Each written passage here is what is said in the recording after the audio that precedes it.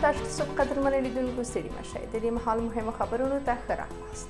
د مهمو خبرونو سرټکي د عبدالقهار بلخي څرګندونو ته د اسلام آباد غبرګون طالبان د پاکستان په کورنیو چارو کې د لاسوهنې پر ځای خپلو کورنیو ستونزو ته پام.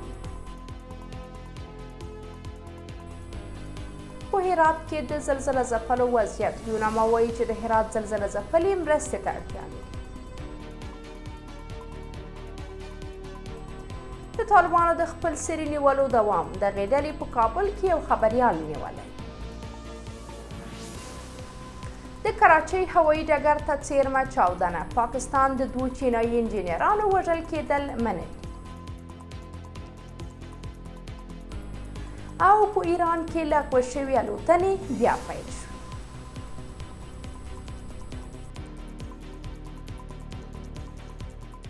بشپړ خبرونه. د پاکستان د بهرنیو چارو وزارت په اسلام آباد کې د لاریونونو په تړاو د طالبانو د وروستیو څرګندونو په غبرګون کې ویلي چې دا ډله باید د نورو هیوادونو په کورنیو چارو کې د لاسوهنې پر ځای خپلو کورنیو ستونزو ته پام وکړي. دغه وزارت د دوشنبې ورځ په یوې اعلامیې کې د طالبانو د بهرنیو چارو وزارت بیان څرګندونې بې ګټې بللي دي. د اعلامیې له مخې طالبان باید د یو ټولګډون حکومت پر جوړېدو او د افغان ښځو او نجونو د حقونو پر خوندیتوب تمرکز وکړي. په اعلامیه کې راغلي طالبان باید د یو ټولګډون حکومت جوړېدو ته لومړیتوب ورکړي او د افغانانو اړتیاو او غوښتنو ته چې د ښځو او نجونو زده کړې حق هم پکې شامل دی ځواب ووایي، نه دا چې د دین په ناسم تفسیر د هغوی له حقونو سرغړونه وکړي. د پاکستان د بهرنیو چارو وزارت ویلي دا ډله باید خپلو نړیوالو مکلفیتونو ته غاړه کیږدي او نه دې پرېږدي چې افغانستان د ترهګرو ډلو پر پټن ځای بدل شي. د پاکستان د بهرنیو چارو وزارت زیاته کړي چې دغه هیواد په سیمه کې سولې، خبرو او همکاریو ته ژمن دی. دا په داسې حال کې ده چې د طالبانو د بهرنیو چارو وزارت بیان د عبدالقهار بلخي په اسلام آباد کې د تحریک انصاف ګوند پلویانو او پاکستاني پولیسو ترمنځ تاوتریخجنو لاریونونو ته په اشارې ویلي وو چې د ولس مشروع غوښتنو پر وړاندې تر ټولو ښه لار مذاکره او تفاهم دی.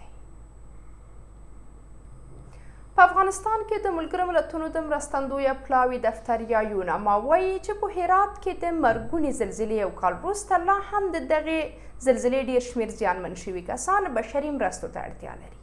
یوناما دا موضوع د دوشنبې ورځ د ایکس پاڼې له لارې په یوې اعلامیه کې مطرح کړې ده. د دغه سازمان په وینا ملګرو ملتونو او نورو نړیوالو سازمانونو تیر کال په هرات کې له سلګونو زرو زیانمن شوو کورنیو سره مرستې کړي دي. د اعلامیې پر بنسټ افغانستان د طبعي پیښو له پلوه ډیر ځپل شوی دی. پرته مهال د ملګرو ملتونو د ماشومانو وجهي صندوق هم په ایکس پاڼه کې د هرات له زیانمن شویو ماشومانو سره د لا زیاتو مرستو غوښتنه کړې ده. د دې مخکې اسوسییشن پریس راپور ورکړی و چې نړیوال مرسته رسوونکي بنسټونه په هرات کې د تیر کال زلزله ځپلو ته د مرستې له وړاندې کولو ستړي شوي دي. په هرات کې د 2023 کال د اکتوبر 1 له زلزلې څو میاشتې وروسته ملګرو ملتونو د مړو شمېر 1500 کسان اعلان کړل. طالبان د دې پیښې د مړو شمېر 4000 کسان اعلان کړي دي. سرچینې وایي چې طالبانو په کابل کې د افغان خبري اژانس خبریال مهدي انصاري نیولی دی. سرچینو د دوشنبې ورځ 8 ورځپاڼې ته منلې چې انصاري 2 ورځې مخکې د کابل ښار د 18 امنیتي حوزې اړوند د پل خشک په سیمه کې له دفتره کور ته د ستنېدو پر مهال نیول شوی دی. د سرچینو د معلوماتو له مخې طالبانو په پیل کې د انصاري نیول کېدو ناخبري ښودلې، خو 2 ورځې وروسته یې د خبریال کورنۍ ته ویلي چې هغه له دغې ډلې سره بندي دی. د یاد خبریال د نیول کېدو لامل نه دی څرګند. پر افغانستان واک ته د طالبانو له رسېدو وروسته دغې ډلې پر رسنیو او خبریالانو ځپونکي محدودیتونه لګولي دي. طالبانو تر دې مخکې هم ګڼ شمېر خبریالان او د رسنیو فعالان د بېلابېلو تورونو په پلمه نیولي او بندیان کړي دي.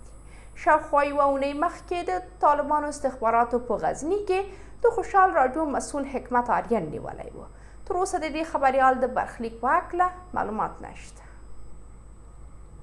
پاکستان په کراچۍ ښار کې له یوې زورورې چاودنې وروسته د دغه هېواد د بهرنیو چارو وزارت ویلي چې په دې پیښه کې 2 چینایي انجینران وژل شوي دي. یاد وزارت د دوشنبې ورځ په یو بیان څرګنده کړي چې په دې پیښه کې یو چینایي انجینر ټپي شوی هم دی. د بیان پر بنسټ دا برید تېره شپه د کراچۍ نړیوال هوایي ډګر ته څیرمه شوی دی.